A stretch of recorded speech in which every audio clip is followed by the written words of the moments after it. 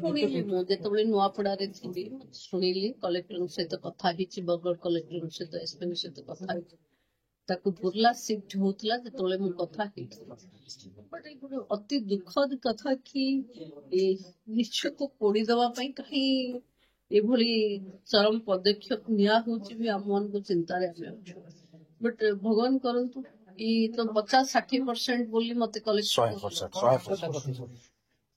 ଆମେ ବାର ଆମେ ବି ସରକାରଙ୍କ ତରଫରୁ ତ ଆମେ ସବୁ କରିବାକୁ ପ୍ରସ୍ତୁତ ଅଛୁ, କିନ୍ତୁ ସୋସାଇଟି ଯେପର୍ଯ୍ୟନ୍ତ ଏମାନଙ୍କର ମାନସିକତାରେ ଚେଞ୍ଜ ନହବ, ଯଦି ନିଜେ ନିଜକୁ କିଏ ଜାଳି ପୋଡିଦବ, ତାହେଲେ ସରକାର ଆଉ ଆମେ କେବଳ ଆପଣ ମାନେ ଆମେ ସବୁ ସଚେତନ କରିବା କଥା। କିନ୍ତୁ ମୁଁ ବି ନିବେଦନ କରିବି ଏଭଳି ଚରମ ପଦକ୍ଷେପ ନବା ପୂର୍ବରୁ 100 ଥର ଭାବନ୍ତୁ।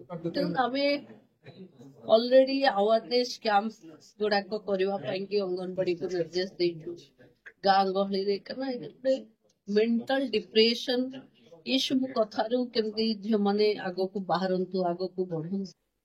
এই ଛୋଟିଆ ଛୋଟିଆ କଥା ଉପରେ ଏତେ ବଡ ନିଷ୍ପତ୍ତି ନେଇଯିବା ଆଉ ବର୍ଣ୍ଣିଂ ଭଳି ଏକ ସିଭିୟର କଥା, ବର୍ଣ୍ଣିଂ ରେ ଜୀବିତ ଯଦି ତାଙ୍କ ସହିତ କିଏ ଥରେ କଥା ହେବେ, ଭାବୁଛି ଜୀବନ ଯେତିକି ପୀଡା ବର୍ଣ୍ଣିଂ ପେସେଣ୍ଟ ନିଅନ୍ତି ଆଉ କେହି ନିଅନ୍ତି।